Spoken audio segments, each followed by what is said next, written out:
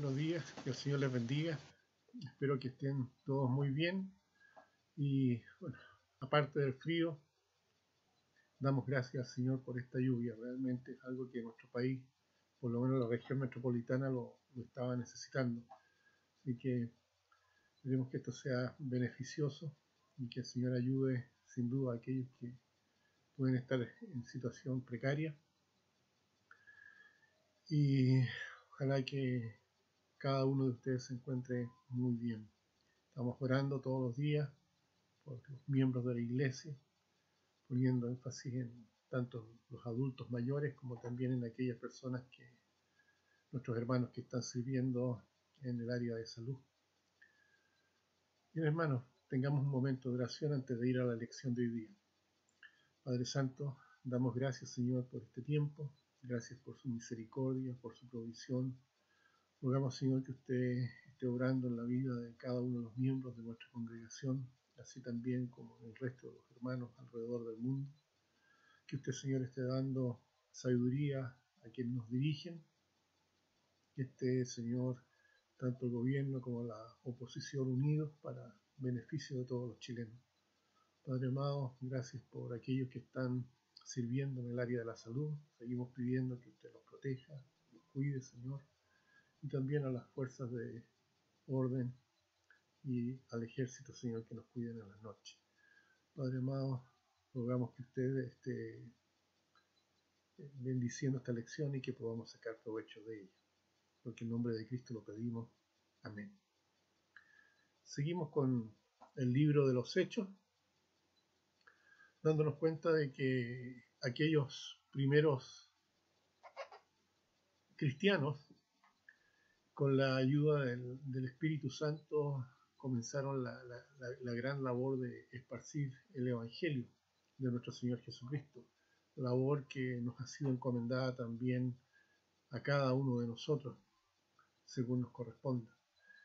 Vamos a ver los versículos 22 al 29 del libro de Hechos, capítulo 15, y vamos a tener una pequeña introducción. ¿Se acuerdan ustedes que Jacobo tomó una decisión y él citó a Amós 9 del 11 al 12? Esto lo vemos ahí en el libro de Hechos 15, 16 al 18. Hay una diferencia si nosotros leemos Amós y después vemos lo que decía Jacobo. Y la diferencia se debe a que Jacobo citó a Amós según la versión de la Septuaginta. Entonces hay una pequeña variación, que es una de las primeras traducciones del Antiguo Testamento del hebreo al griego. Ahora, habiendo aclarado en ese concilio que la salvación es netamente por fe, como lo entendemos ahora nosotros, por medio de la gracia, según lo que dijo el apóstol Pedro, no es necesario exigirle a los gentiles que se circunciden o obedezcan a la ley de Moisés. Ahora, esto también lo afirmó Jacobo ahí en Hechos 15 del 20 al 21. Y enumera en esta declaración Jacobo 4 cosas que los gentiles debieran procurar evitar para no ofender innecesariamente a los creyentes judíos, ni tampoco a los judíos que algún día podrían convertirse a Cristo. Esto va totalmente de la mano con lo que Pablo expresa en 1 Corintios capítulo 9 y capítulo 10 respecto a evitar toda ofensa por el bien del Evangelio.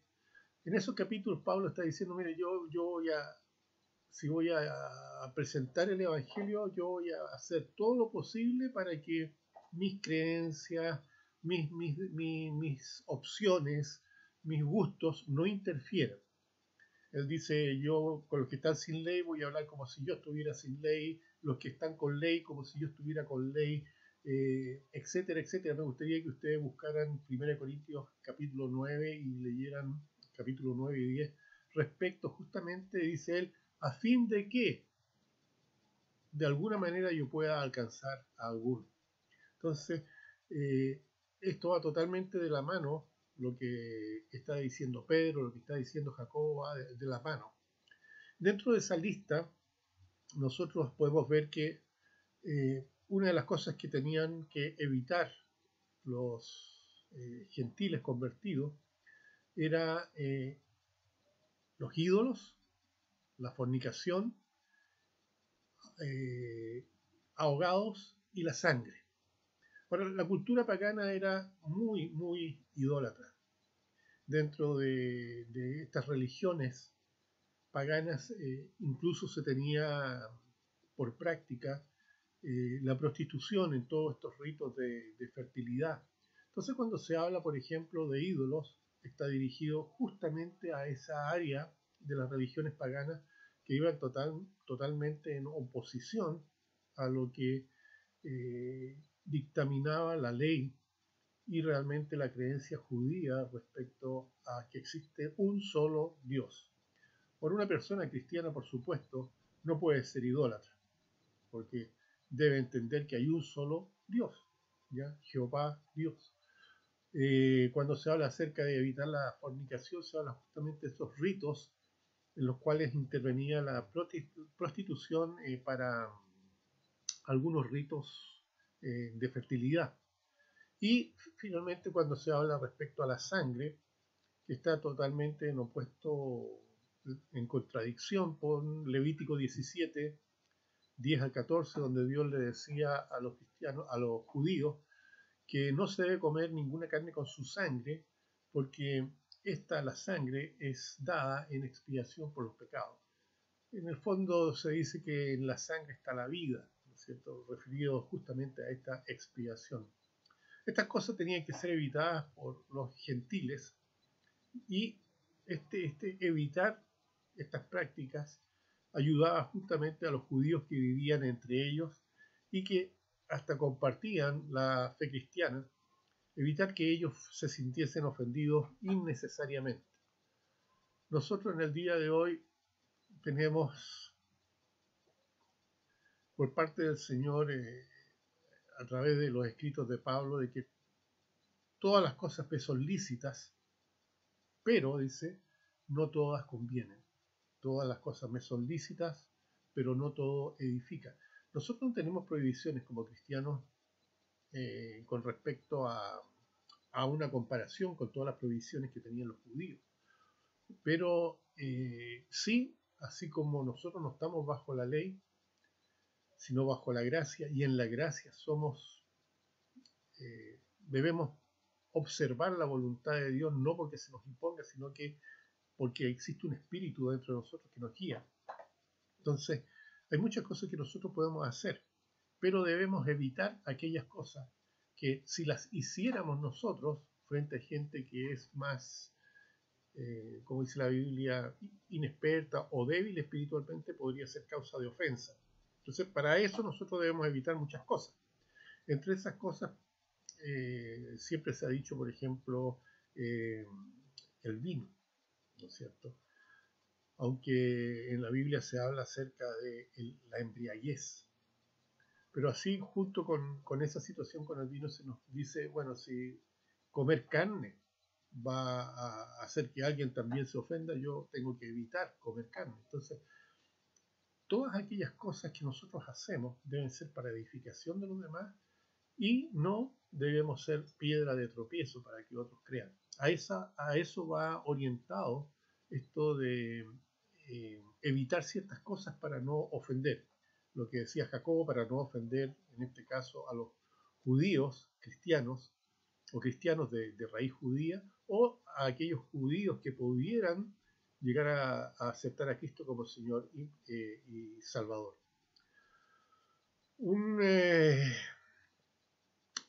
En Hechos 15, versículo 22 al 29, nosotros vemos de qué se trataba la decisión. En la congregación, como les decía en la clase pasada, no solamente estaban los ancianos de la iglesia de Jerusalén, sino que estaba, no sé, al parecer estaba toda la congregación, y esta congregación estuvo completamente de acuerdo con la decisión que finalmente adoptó Jacobo. Escogieron, por lo tanto, los hermanos de Jerusalén, algunos para acompañar a Pablo y a Bernabé de vuelta a Antioquía de Siria.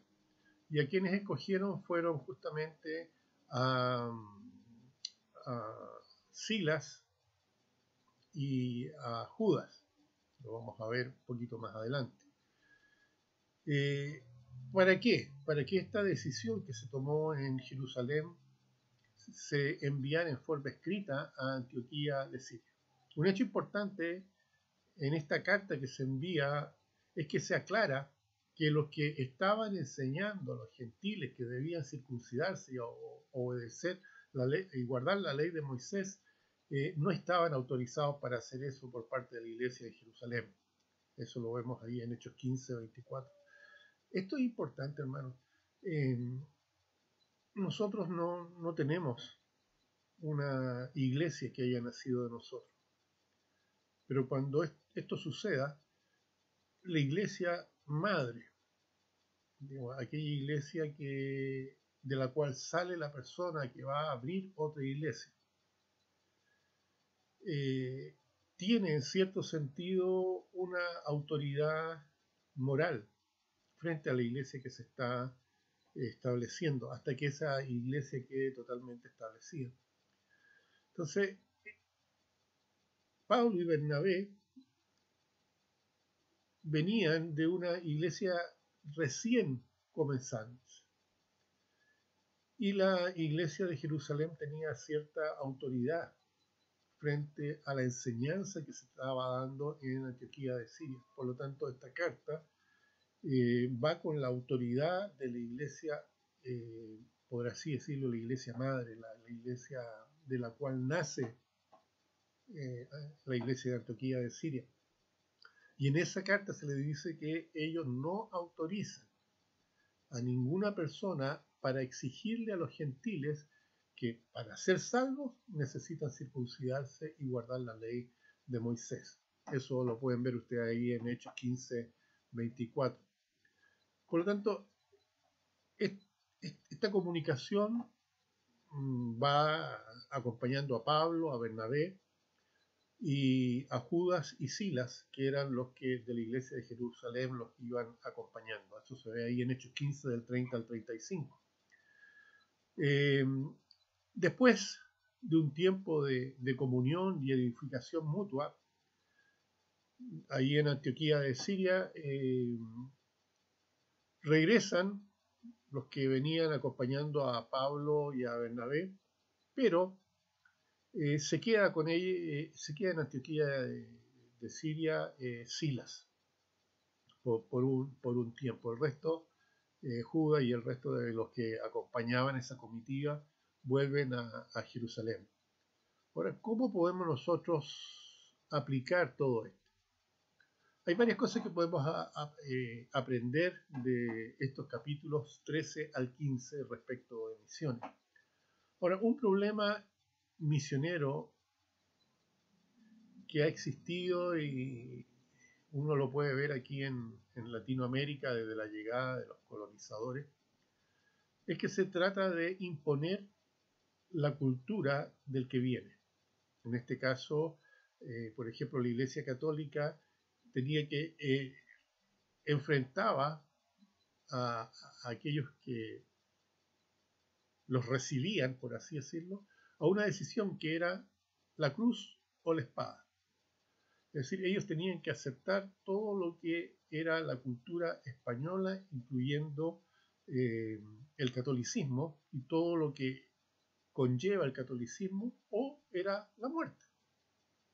En muchas partes también los misioneros no católicos llevan consigo el Evangelio acompañado de su cultura. Entonces, una de las cosas que nos enseñan estos versículos o estos capítulos es por así decirlo, la desculturización del mensaje de la salvación de la cultura del misionero. Y luego, por así decirlo de nuevo, enculturizar el evangelio en la cultura del grupo que se está tratando de evangelizar. Nuevamente les pido que lean 1 Corintios 9, del 20 al 23. Ahora, cada misionero recibe el evangelio bajo el matiz de su propia cultura y tiene que comunicarlo bajo la cultura del pueblo que se quiere alcanzar. Ahora, hay factores culturales que son neutros y hay otros que son malos y pecaminosos. Ahora, el Evangelio es uno solo y uno tiene que entregar el Evangelio y todas las enseñanzas de Cristo de acuerdo a lo que Cristo dijo y no de acuerdo al gusto o preferencia de la cultura en la que nosotros estamos. Por ejemplo, Pablo y Bernabé eran judíos, observantes de la ley y circuncidados como la ley manda. Sin embargo, aunque a ellos les parecía normal esta situación, las personas a las cuales ellos quieren alcanzar no saben absolutamente nada, como es en el caso de Listra, donde ellos llegan, no saben nada acerca de las costumbres judíos ni conocen la ley. De hecho, muchas cosas que hacían las personas en Listra chocaban y les parecían odiosas a Pablo y a Bernabé. Ahora, Pablo y Bernabé, los de la iglesia de Jerusalén, tuvieron que discernir qué cosas eran necesarias para el Evangelio y cuáles solo eran costumbres culturales ajenas al Evangelio. Y eso es lo que muchas veces nosotros tenemos que ver. Por ejemplo, nosotros los bautistas tenemos muchas tradiciones de hombres que no necesariamente son parte de lo que es la salvación y el mensaje de nuestro Señor Jesucristo. Sin embargo, nosotros ocupamos esas tradiciones, pero no las podemos imponer como parte de la o como prerequisitos para la salvación. Por eso decimos que nosotros no podemos, por ejemplo, exigir que las mujeres usen vestidos siempre y prohibir que usen pantalones. ¿Por qué? Porque eso no tiene nada que ver con lo que la Biblia dice. La Biblia es bien clara a decir que la mujer no se vista como hombre, en otras palabras, que la mujer no parezca hombre en su manera de vestir, ni el hombre, bueno, por supuesto, no parezca mujer en su manera de vestirse. Pero el Espíritu Santo es el que tiene que producir el cambio dentro de la persona. Si llega una persona a nuestra iglesia y acepta a Cristo como Señor y Salvador y es un trash, ¿no es cierto? O estas personas que andan con cadenas, con el pelo estilo moicano, nosotros no podemos exigirle su cambio. El cambio lo tendrá que producir el Espíritu Santo. Y si esa persona realmente se convirtió a Cristo, el Señor va a obrar dentro de esa persona un cambio de manera que su vida sea un testimonio positivo y no algo negativo para el Evangelio de nuestro Señor Jesucristo. Nosotros no estamos ahí para exigir ese tipo de cambio. Ellos pensaron, por ejemplo, que el ser circuncidado no era requisito para ser salvo. Pablo habla de que hubo una circuncisión de la carne y otra es la circuncisión del corazón. Y Pablo dice, más importante es la circuncisión del corazón que la circuncisión de la carne. ¿Se dan cuenta? Es más importante el cambio que se produce de adentro hacia afuera que el cambio que nosotros podemos obligar a hacer de afuera hacia adentro. Entonces, lo que sí, ¿ya?